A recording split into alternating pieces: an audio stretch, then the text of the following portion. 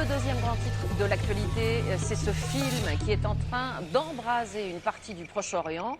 On reviendra dans un instant sur la mort de l'ambassadeur américain à Benghazi et sur les soupçons de la Maison-Blanche qui montrent du doigt Al-Qaïda. Mais d'abord les faits. Depuis ce matin, plusieurs capitales arabes sont à nouveau le théâtre de manifestations anti-américaines en Égypte, en Irak ou encore au Yémen. Le point avec Bernard Lebrun. Bagdad en Irak, Sanaa au Yémen et le Caire en Égypte, comme une tache d'huile qui s'étale sur toute la Oumma, la communauté musulmane de la planète forte de plus d'1 milliard d'habitants. La cible commune, comme ici dans la capitale du Yémen, les ambassades, consulats et autres représentations des États-Unis d'Amérique. Le processus est toujours le même. Des organisations religieuses radicales appellent à manifester. La cause ? Un documentaire américain de 10 minutes intitulé « L'innocence des musulmans » qui circule sur le web. Et le fanatisme de faire monter le ton jusqu'à l'explosion de violence, stoppée de justesse ici même par une imposante grille. Paradoxalement, au pays des frères musulmans, ce sont les forces de l'ordre du président Morsi qui se sont déchaînées hier soir. Au départ, de simples prières, puis des manifestations organisées par les salafistes. Le salafisme, une tendance qui prône un retour aux origines d'un islam pur et dur, contre, je cite sur cette pancarte, les chiens d'Américains qui ont diffusé ce film. Puis, tout a dégénéré en bataille de rue avec la police quand les manifestants ont voulu se rapprocher de l'ambassade des États-Unis. Une réaction policière si vive que ce camion anti-émeute des forces de l'ordre n'a pas épargné le policier isolé qui courait avec sa matraque. Alors, qu'en est-il du film qui fait scandale et qui dépeint l'islam comme un cancer? On en sait un peu plus sur le réalisateur Sam Bassil, qui se dit israélo-américain. Il affirme avoir réuni 5 millions de dollars pour le tourner auprès de donateurs pour la plupart juifs. Le scénario de l'attaque du consulat américain de Benghazi devient aussi, au fil des heures, de plus en plus précis. Martine Laroche-Joubert. Comment et par qui l'ambassadeur Christopher Stevens et 3 autres Américains ont-ils été tués mardi soir. 22 h à Benghazi, l'attaque du consulat était peut-être déjà planifiée par des extrémistes. Ils assaillent à coups de lance-roquettes le bâtiment.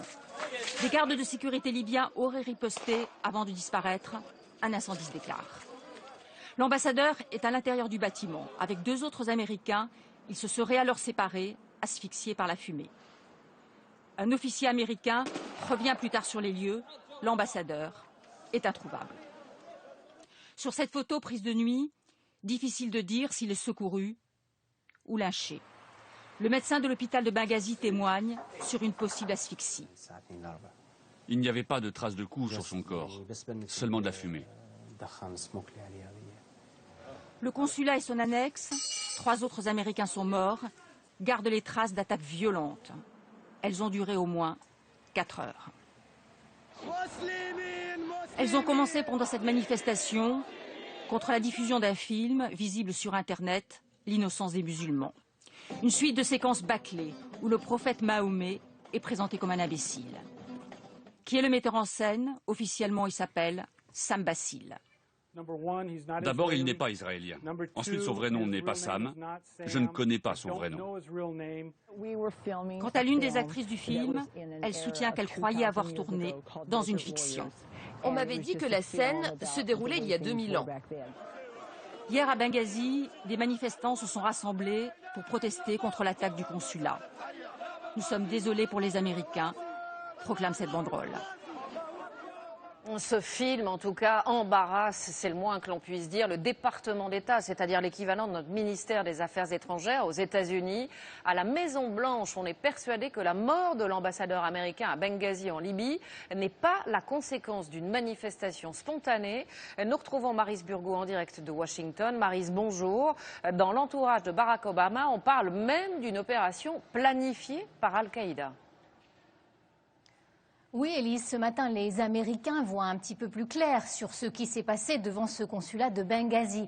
Alors oui, dans un premier temps, il y a bien eu ces manifestations de colère contre ce film dont vous venez de parler. Mais selon plusieurs sources, des extrémistes, des membres d'Al-Qaïda ont alors profité du désordre pour passer à l'attaque.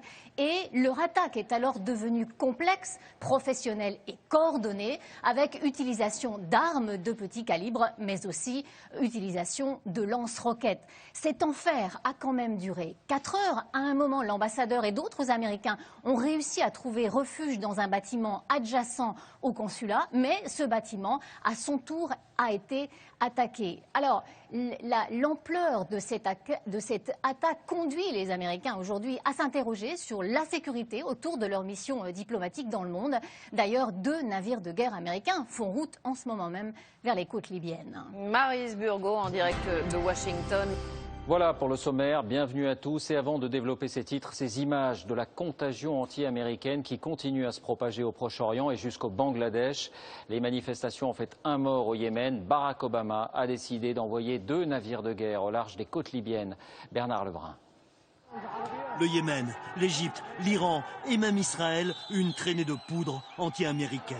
À Sanaa, la lourde barrière de sécurité de l'ambassade des États-Unis n'a pas résisté aux assauts des manifestants islamistes de la capitale. Et il s'en est fallu d'un cheveu que ce sanctuaire diplomatique soit envahi à son tour. Plutôt absentes, les forces de l'ordre ont finalement tiré en l'air, mais un manifestant a été tué pendant l'émeute.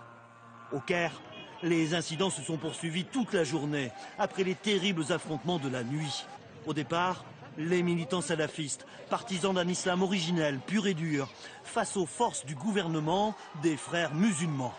Inédit. Et puis voici que le film en cause aurait été réalisé par des chrétiens coptes, voire, mais la rumeur a suffi pour lancer la vindicte. En Iran, un classique. Les gardiens de la Révolution ont réuni les étudiants devant l'ambassade de Suisse qui héberge le bureau de la représentation américaine. Rituel habituel, incendie de la bannière étoilée, slogan anti-impérialiste, mais pas de violence. Beaucoup plus rare, cette manifestation d'Arabes israéliens et de Palestiniens dans les rues de Tel Aviv, capitale de l'État hébreu pour les États-Unis où se trouve leur ambassade. En anglais, cette pancarte qui reproche un acte de haine contre l'islam. Et à Benghazi. Ravagée par les flammes, l'ambassade des États-Unis est désormais déserte. L'enquête avancerait à grands pas selon le nouveau Premier ministre libyen. Quant à l'ambassadeur, Christopher Stevens, 52 ans, il aurait succombé à une asphyxie due aux fumées toxiques et non pas par arme à feu.